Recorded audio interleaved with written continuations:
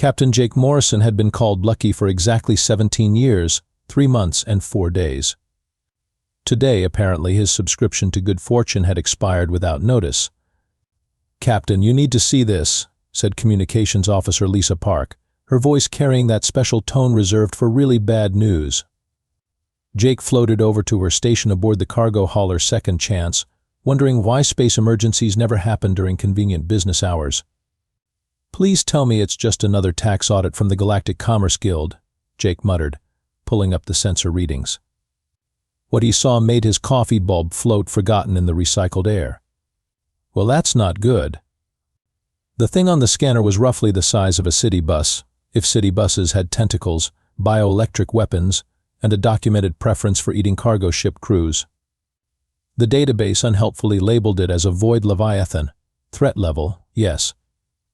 "Fascinating," said Zara Vex, the Altarian anthropologist they'd picked up at Delta Station. She was supposedly studying human cultural behaviors for some university thesis, though Jake suspected she was really just collecting material for the galaxy's most depressing dissertation. This presents an excellent opportunity to observe human survival responses under extreme duress. "Lady, we're about to become space monster chow, and you're taking notes?" Zara's 3 eyes blinked in sequence, a gesture Jake had learned meant she was thinking really hard about something academic. "Actually, Captain Morrison, I'm particularly interested in studying the human concept of mercy. Your species has this curious tendency to spare enemies, even when logic suggests elimination would be more practical." "Yeah, well, let's survive the next 5 minutes before we worry about my merciful nature," Jake said, hitting the general alert. "All hands, battle stations. We've got company, and it didn't bring flowers." Bobby Martinez, their mechanic, appeared on the comm screen wearing his perpetual grin and a face full of grease. "Boss, define company. Are we talking friendly neighbors or the kind that consider us a food group?" "The hungry kind, Bobby. Lock down everything and prep the defense grid." "On it, Chief. Though I gotta say, our defense grid is about as effective as a screen door on a submarine." The Leviathan struck without warning because apparently space monsters didn't believe in proper introductions. The ship shuddered as something long and unpleasant scraped along the hull, and Jake's lucky coffee mug finally chose this moment to shatter against the bulkhead. "Hull breach in Cargo Bay 3, Lisa reported with admirable calm, sealing emergency bulkheads." Jake watched their uninvited guest coil around the ship like a parasitic space squid with anger management issues. How long before that thing figures out we're the crunchy center of this particular Twinkie? "Based on documented Leviathan behavior patterns," Zara said, consulting her tablet like she was reading a dinner menu, but approximately 6 minutes before it locates the primary life support systems. "Though I must say, its hunting methodology is quite elegant from an evolutionary standpoint." "Zara, I don't want to hear about elegant hunting methods right now." "Of course, Captain. Though if we survive this encounter, I'd be very interested in documenting your decision-making process regarding mercy versus pragmatic survival choices." Jake stared at her, wondering if Altarians had a concept for reading the room. "Right now, my decision-making process involves not getting eaten. The mercy thing can wait until we're not being actively digested." The lights flickered as something large and irritated began systematically testing the ship's structural integrity. Jake grabbed the intercom, trying to sound more confident than he felt. "Ascension crew of the Second Chance. We're dealing with a class a nightmare with tentacles. Stay calm, stay together, and try not to do anything that looks like running away, because apparently these things like chase sequences." Bobby's voice crackled over the comm. "Boss, I hate to interrupt your pep talk, but this thing just punched through the secondary hull plating like it was tissue paper. I'm thinking maybe we should consider the running away option." "Negative, Bobby. We run, it follows. We fight, we might actually make it to breakfast." Zara made another note on her tablet. "Interesting. The human tendency to use humor as a psychological defense mechanism appears to intensify under mortal threat." "Yeah, well, when this is over, you can write a paper about it," Jake said, checking the weapons systems and discovering that their particle cannons had all the stopping power of a really aggressive flashlight. assuming any of us are left to have breakfast. The void leviathan, Jake discovered, hunted like a particularly sadistic chess master. It didn't just attack, it strategized, probed, and apparently enjoyed the psychological warfare aspects of slowly dismantling a ship full of terrified humans. Motion sensors show it circling the ship, Lisa reported, her fingers dancing over the communications console. Pattern suggests it's mapping our defensive capabilities, or it's deciding which one of us looks most appetizing, Bobby added helpfully over the intercom. He was somewhere in the engineering section, probably doing something heroic and mechanically complicated. My money's on the captain. He's got that lean space trucker flavor these cosmic nasties probably love. Thanks for the vote of confidence, Bobby, Jake muttered, watching the creature's biosignature pulse on the sensors like a malevolent heartbeat. The thing was massive, easily dwarfing their cargo hauler, and according to the database, its intelligence quotient was roughly equivalent to a sociopathic dolphin with a PhD in murder. Zara remained glued to her tablet, documenting everything with the enthusiasm of someone who'd never been on the receiving end of natural selection. Captain, I notice your stress responses include increased sarcasm and protective behavior toward your crew.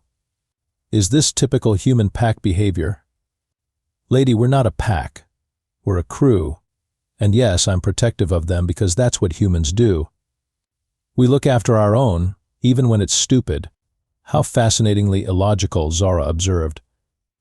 Your species prioritizes group survival over individual preservation, even when the mathematics clearly favor abandoning the weakest members. Mathematics, Jake said, bringing the ship's pathetic weapons online, can kiss my. The Leviathan struck Cargo Bay 7 with surgical precision, tearing through the hull plating like it was unwrapping a particularly stubborn present. Alarms screamed throughout the ship as emergency systems kicked in, sealing bulkheads and rerouting life support around the breach. That's not random, Jake realized, studying the attack pattern. It's testing our response times. Learning our systems. Correct, Zara said, making more notes. Leviathans are ambush predators with advanced pattern recognition. They study their prey extensively before committing to a kill sequence.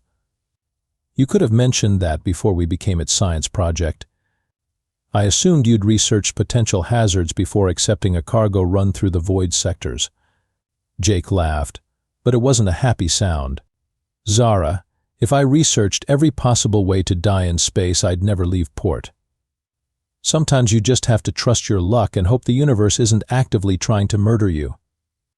And how's that philosophy working out for you today? About as well as you'd expect. The creature struck again, this time targeting the port engine assembly. Bobby's voice came over the comm, strained but determined, boss. It's going after our mobility systems. This thing definitely knows what it's doing. Can you keep us moving? For now, yeah, but if it hits the main drive coupling, we're going to be floating here like a very expensive lunch special. Lisa's console lit up with proximity alerts. Captain, I'm reading bioelectric discharges along the hull. It's not just testing our defenses, it's mapping our electrical systems. Why would it care about our electrical systems? Jake asked, though he had a sinking feeling he already knew the answer. Zara looked up from her tablet with something that might have been concern if Altarians were capable of genuine worry. Leviathans feed on bioelectric energy as well as organic matter. It's likely cataloging your crew's neural signatures. Our what now? It's deciding which of you to eat first based on brain activity patterns. Typically, they prefer prey with high stress responses. The adrenaline enhances the flavor of the bioelectric discharge. Bobby's voice crackled over the intercom. Did the alien lady just say this thing wants to eat our brains because we taste better when we're scared? That's a simplistic interpretation, Zara replied, but essentially accurate. Well, that's just fantastic, Jake said, checking their ammunition stores and discovering they had enough firepower to maybe annoy something the size of a house cat. Any other cheerful facts about our new friend you'd like to share? Leviathans typically play with their food for several hours before feeding. It enhances the prey's terror response, which in turn improves the nutritional value of the neural tissue. Lisa turned from her station, her face pale but determined. So basically, we're trapped in space with a cosmic sadist that wants to terrorize us before it eats our brains. That's correct, Zara said, making another note. Though I must admit, observing human responses to existential terror is providing excellent research data.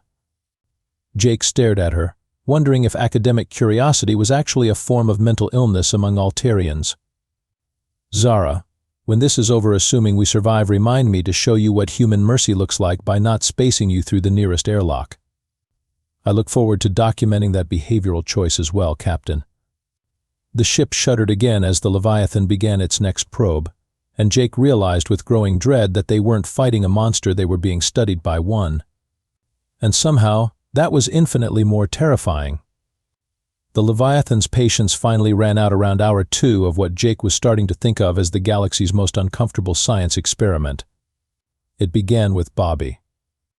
"Boss, I think I've got the auxiliary power coupling stabilized." Bobby's voice came through the comm, tinged with the kind of pride mechanics got from making impossible repairs under ridiculous circumstances. "Give me another 10 minutes and I can probably get us enough juice to." The scream that followed was brief, wet, and final. "Bobby? Bobby, respond." Jake hammered the intercom controls, but the engineering section had gone ominously quiet. The ship's internal sensors showed exactly what he didn't want to see: one less life sign and a lot of disturbing biomatter scattered around Deck 7. "Well," Jake said to no one in particular, "there goes the best damn mechanic in 3 sectors. Zara made a note on her tablet. "Interesting. Your emotional response to crew loss includes both grief and anger, but you're suppressing both in favor of tactical thinking. Very practical. Zara, I swear, if you make one more clinical observation about my psychological state while my friends are getting murdered, but I'm going to demonstrate some very impractical human behaviors." "Noted," she said, making another note. "Though I should point out that threatening me won't bring back your mechanic." Lisa's console chirped with an incoming message from the engineering section. She activated it, and Bobby's voice filled the bridge recorded. Jake realized with a chill, sometime before his death. "Hey boss, if you're hearing this, it probably means I'm having a really bad day. But I managed to rig the backup power to cycle through the defense grid every 47 seconds. It won't kill the thing, but it might give it a headache. Also, Melon, I left my lucky wrench in the tool locker. Lisa always said it was stupid to have a lucky wrench, but hey, worked great right up until it didn't." The message ended with Bobby's laugh, the same easy grin in audio form that had kept the crew's spirits up through a dozen impossible cargo runs. "Practical even in death," Zara observed. "Human pack loyalty appears to extend beyond individual survival instincts." "His name was Bobby Martinez," Jake said quietly. "He had a wife on Centauri Prime and 2 kids who thought he was the smartest man in the galaxy. He wasn't pack anything, he was family." The Leviathan struck again 20 minutes later, going after the communications array with surgical precision. Lisa tried to make it to the backup transmitter, but the creature had learned the ship's layout by now. It was waiting for her. Her final transmission came through on the emergency channel. "Jake, I've got a clear shot at the distress beacon, but this thing is, oh damn. It's right behind me. If anyone receives this, tell my mom her spaghetti recipe actually wasn't that bad. I was just being difficult." And Jake. Static. Jake sat in his captain's chair, staring at the communications console that would never again carry Lisa's complaints about the coffee, her terrible jokes during the night shift, or her uncanny ability to fix any piece of electronic equipment by hitting it with precisely the right amount of frustrated violence. Zara watched him with her triple-eyed gaze, stylus poised over her tablet. "You're displaying signs of survivor guilt combined with suppressed rage, classic human responses to pack decimation." "They weren't my pack," Jake said, his voice carrying the kind of quiet that preceded either complete breakdown or extremely poor decision-making. "They were my crew, my responsibility. And I failed them."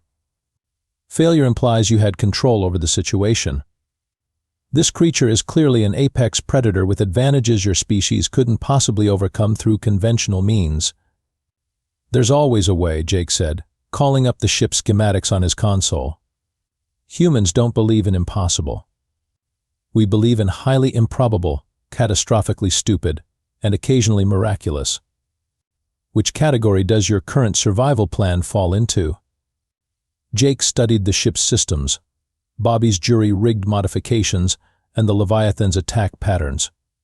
All three, I think. The creature had gone quiet after Lisa's death, probably digesting both its meal and the bioelectric energy it had drained from her brain. Leviathans, according to the database, typically waited between kills to savor the terror of the remaining prey. It's playing with us, Jake realized. This whole thing, the systematic hunting, the precision strikes, it's not just feeding. It's enjoying this. Leviathans are highly intelligent predators, Zara confirmed. They derive as much satisfaction from the psychological aspects of the hunt as they do from the actual consumption of prey. Jake looked at her, really looked at her, for the first time since this nightmare began. Zara, you asked me about mercy earlier. About what it means. Yes, for my research. Well, congratulations. You're about to get a front row seat to a practical demonstration. Because when I get my hands on that thing, mercy is going to be the last thing on my mind. Zara's stylus stopped moving across her tablet. Captain, revenge-driven behavior typically leads to poor tactical decisions and increased mortality rates. Maybe, Jake said, beginning to input commands into the ship's systems. But it also leads to some spectacularly creative problem-solving. And right now, I've got a lot of problems that need solving. The ship's internal sensors detected movement in the lower decks. The Leviathan was getting restless again, probably deciding whether Jake or Zara would make a more interesting final course. Time to find out, Jake muttered, whether humans really are as clever as we think we are. Jake spent the next 3 hours turning the second chance into the galaxy's most elaborate mousetrap. Assuming the mouse was a bioelectric space nightmare with a taste for human brains and a sadistic sense of humor. Captain, what exactly are you doing? Zara asked, watching Jake crawl through maintenance shafts with the kind of focused intensity usually reserved for people who'd completely lost their minds or were about to do something magnificently stupid. Bobby left me a present, Jake grunted, rewiring power couplings with the desperate efficiency of a man who'd run out of better options. His backup power cycle? It's not just for the defense grid. He rigged it to overcharge the entire electrical system in 47-second intervals. And this helps us how? Ever stuck your finger in a light socket, Zara? Altarians don't have light sockets. Well, it's unpleasant. Now imagine you're a creature that feeds on bioelectric energy, and suddenly the entire ship becomes one giant, overcharged light socket. Zara made a note on her ever-present tablet. You're planning to electrocute it. I'm planning to give it the worst case of cosmic indigestion in recorded history, Jake said, splicing fiber optic cables with the kind of precision that came from 17 years of making impossible repairs in impossible situations. See, Bobby was smarter than he let on. This power cycle isn't random, it's designed to create a feedback loop in any bioelectric predator that tries to feed on the ship's systems. That's actually quite ingenious. Bobby was full of surprises. Too bad he won't be around to see his masterpiece in action. The Leviathan had been circling the ship for the past hour, occasionally scraping against the hull with what Jake was starting to recognize as amusement rather than hunting behavior. The creature knew they were trapped, knew they were helpless, and was probably savoring the anticipation of its final meal. One problem with your plan, Captain, Zara said, consulting her research data. Leviathans are extremely intelligent. If you're setting a trap, it will likely recognize the danger before engaging. That's where you come in, Jake said, emerging from the maintenance shaft covered in grease and looking like he'd been wrestling with the ship's internal organs for hours. How much do you know about Leviathan psychology? Considerably more than you, I imagine. Good. Then you'll know how to make me look like irresistible bait. Zara's three eyes blinked in rapid succession, which Jake had learned was the Altarian equivalent of a double take. You want me to help you make yourself more appealing as prey? Not just appealing, irresistible. These things feed on terror and bioelectric energy, right? Well, I'm about to give it the most terrified, electrically active human brain it's ever encountered. Jake activated his personal suit's medical sensors, flooding his system with controlled doses of adrenaline and electrical stimulation. The result was like turning himself into a walking, talking advertisement for everything a Leviathan found delicious. "Captain, this is suicide," Zara protested.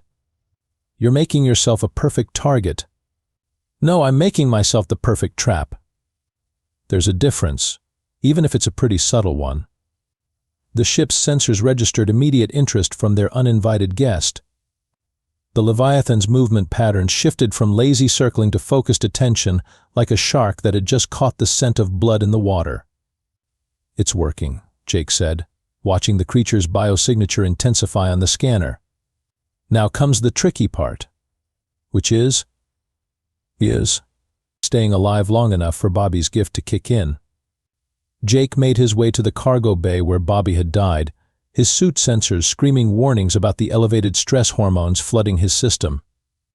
The medical stimulants were making him feel like he'd mainlined pure panic, which was exactly the point.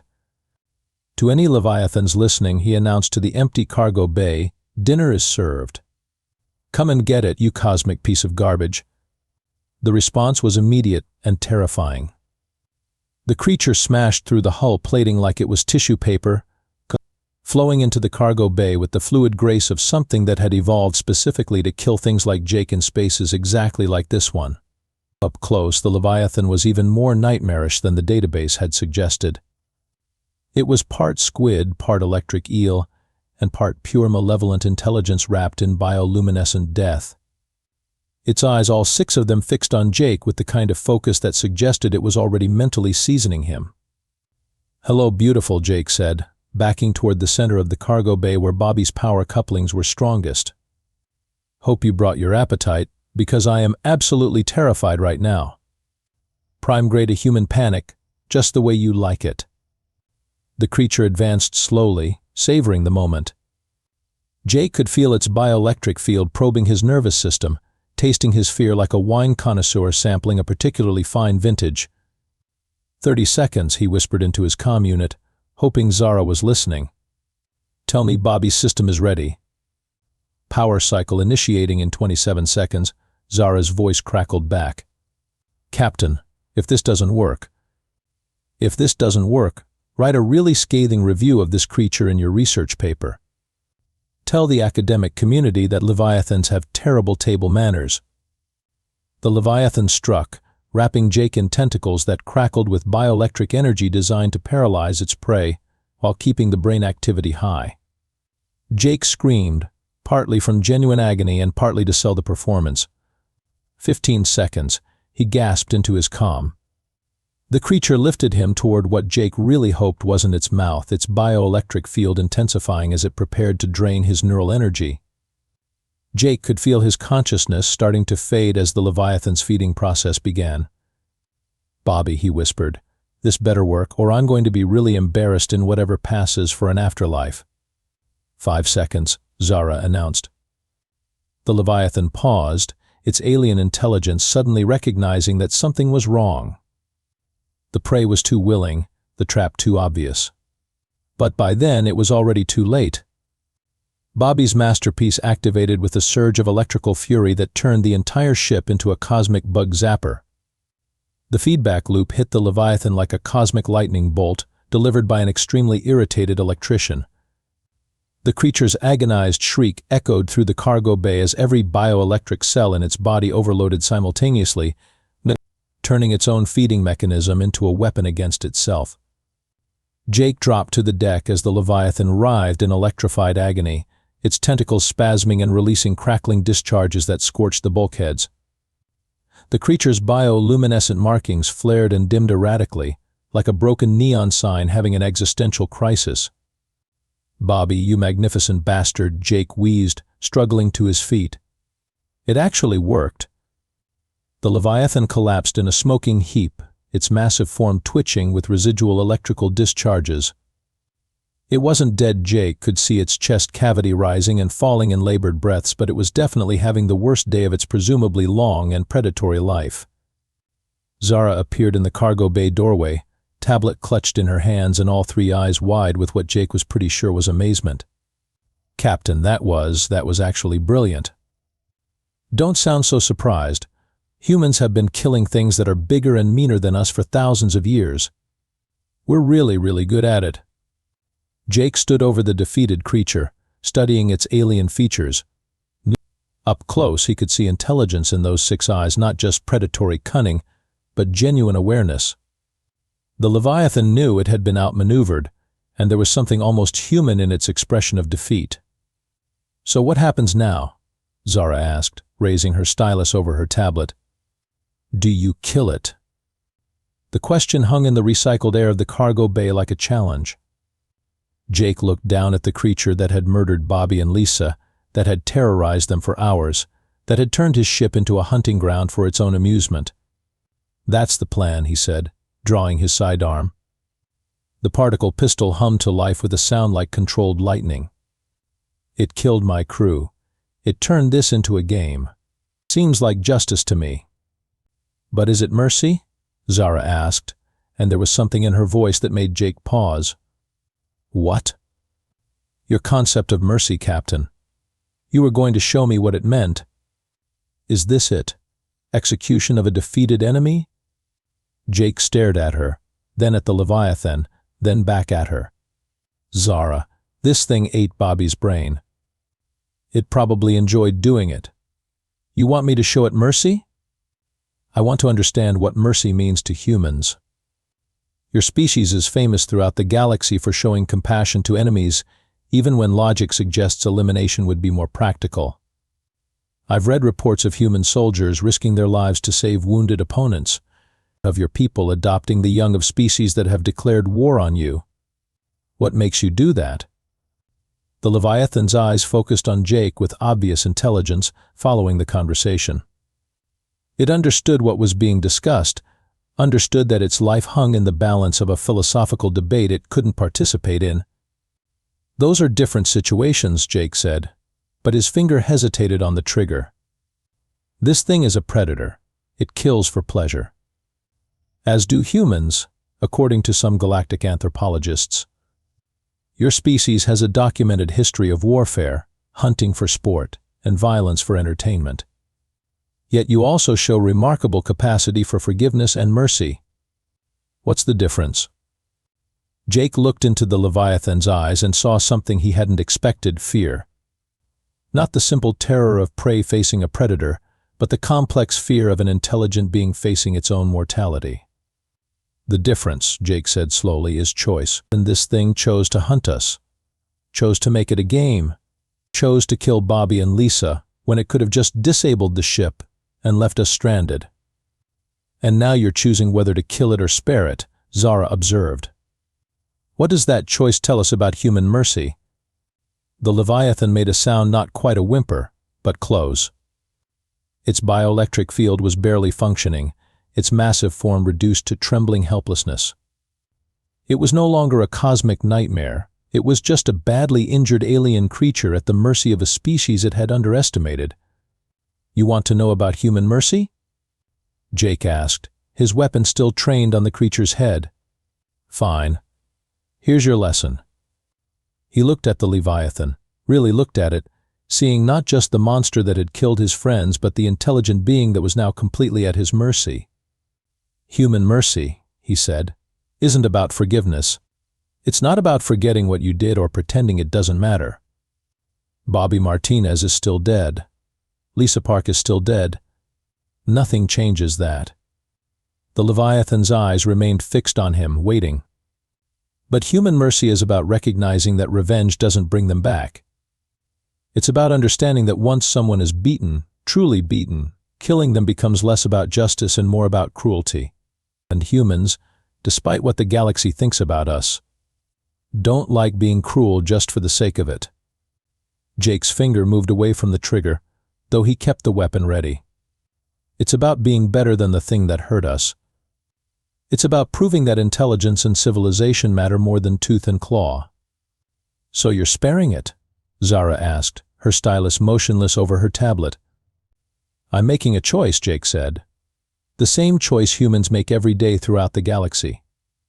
The choice to be better than our worst impulses.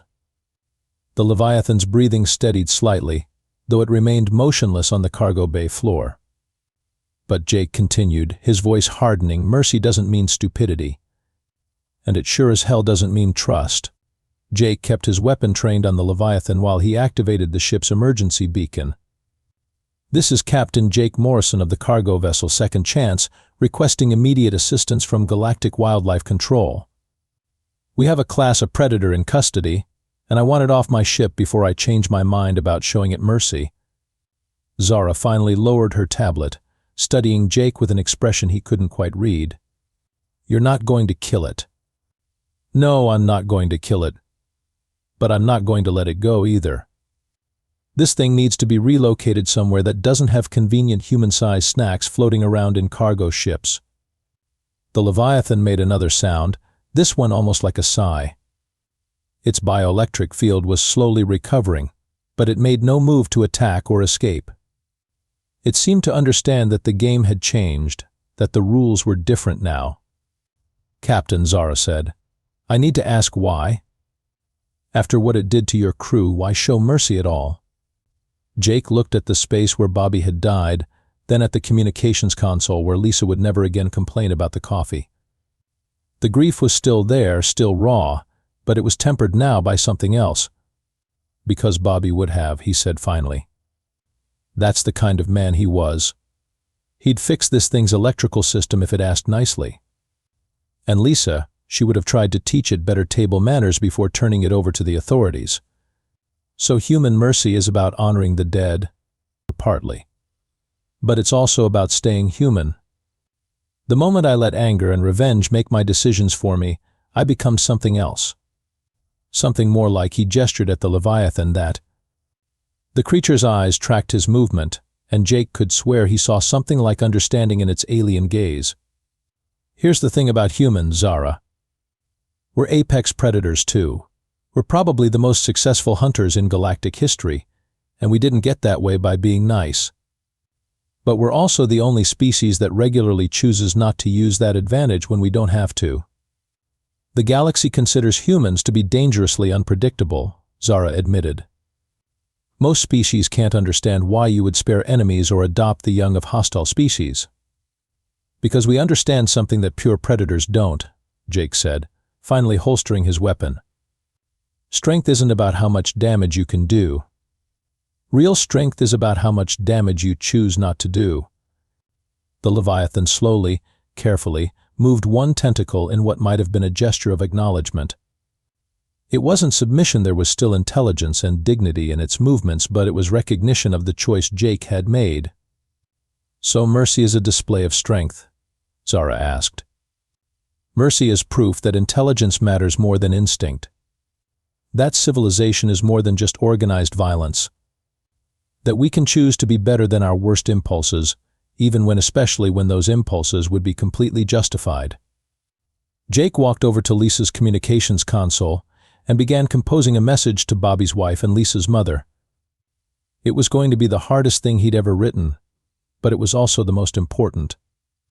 You know what the really crazy part is, Zara? This thing probably saved more human lives by attacking us than it ever took by hunting cargo ships. How so? Because now you're going to go back to your university with the story about human mercy that the entire galaxy is going to hear.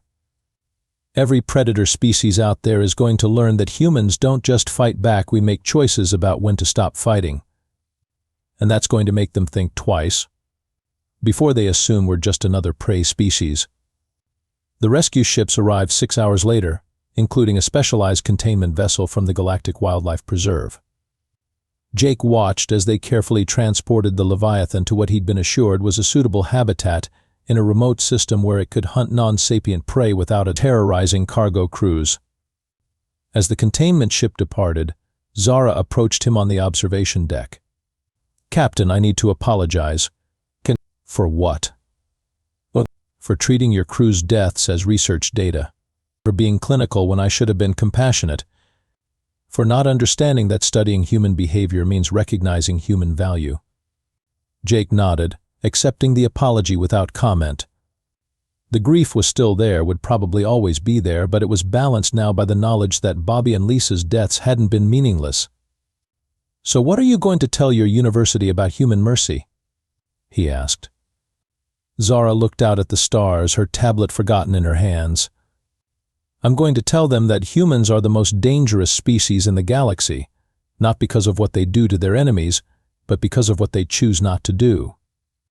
I'm going to tell them that a species capable of mercy is also capable of anything else they set their minds to. Think they'll believe you? They'll have to. Because I'm also going to tell them that the human who spared the creature that killed his friends is the same human who outsmarted an apex predator, using nothing but grief, engineering knowledge, and the memory of a mechanic with a lucky wrench." Jake smiled for the first time since the nightmare began.